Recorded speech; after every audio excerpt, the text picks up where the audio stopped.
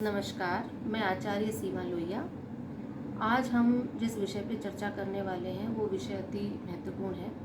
हम आज चर्चा करेंगे मंत्रों की शक्ति और मंत्रों के प्रभाव के बारे में कि क्या मंत्रों का उच्चारण करना व्यर्थ है या मंत्रों का बहुत ही विशिष्ट प्रभाव होता है।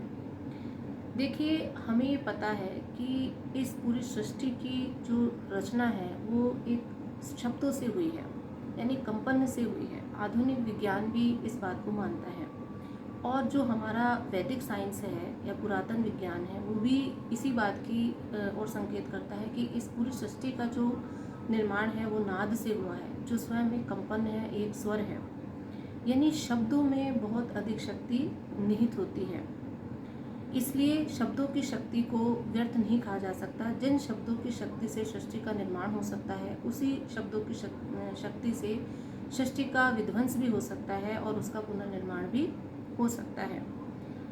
शब्द जो है उनकी शक्ति उसके कंपन में निहित होती है। जब एक विशिष्ट प्रकार के शब्द का हम उच्चारण करते हैं तो विशिष्ट प्रकार का कंपन उत्पन्न होता है और उसको एक विशिष्ट आवृत्ति पे उच्चारित करने से ही हम एक विशिष्ट प्रभाव देख सकते हैं।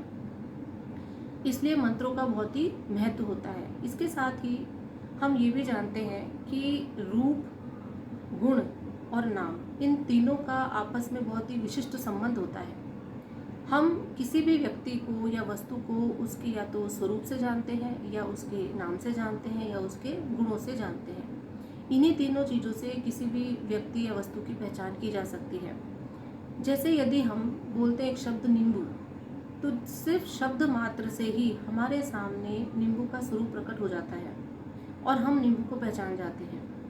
ठीक उसी प्रकार से यदि हम ये बोलें कि कोई पीले रंग का गोल फल जिसका रस बहुत खट्टा है और छिलका बहुत कड़वा है, तो भी हमारे सामने नींबू ही प्रकट होगा।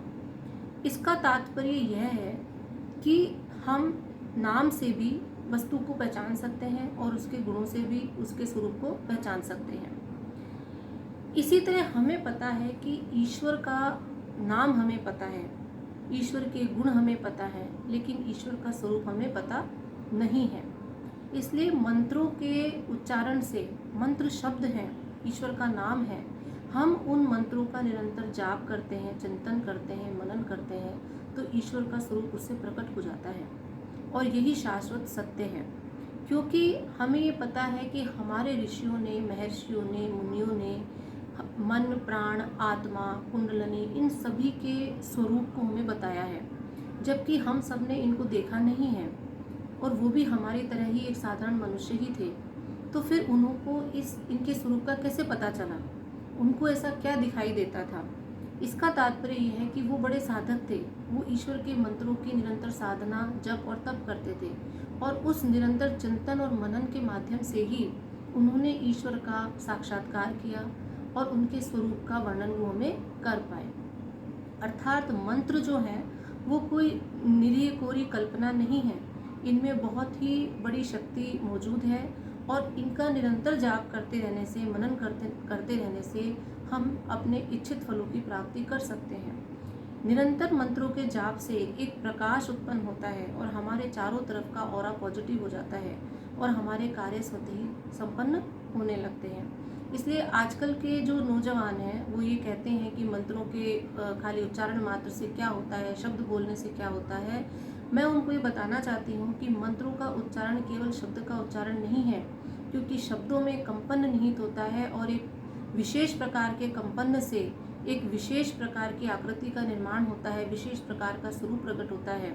इसीलिए विशेष प्रकार के फलों की प्राप्ति के लिए विशेष प्रकार के मंत्रों का उच्चारण किया जाता है, क्योंकि इस पूरी सृष्टि का निर्माण और विध्वंस सिर्फ और सिर्फ कंपन शक्ति से होता है और इसीलिए मंत्रों में विशिष्ट तरह की, विशेष प्रकार की शक्तियाँ मौजूद हैं और उनका उच्चारण करके हम अपने कार्य सफल कर सकते हैं। इसीलिए हमारे ज्योतिष ज्ञान में या हमारे पुरातन ज्ञान में अलग अलग कार्यों के लिए अलग अलग मंत्रों का प्रयोग बताया गया है, क्योंकि उनसे विशेष प्रकार की ध्वनियाँ प्रचारित होती हैं और उन्हीं से हमारे काम सफल होते हैं। नमस्कार।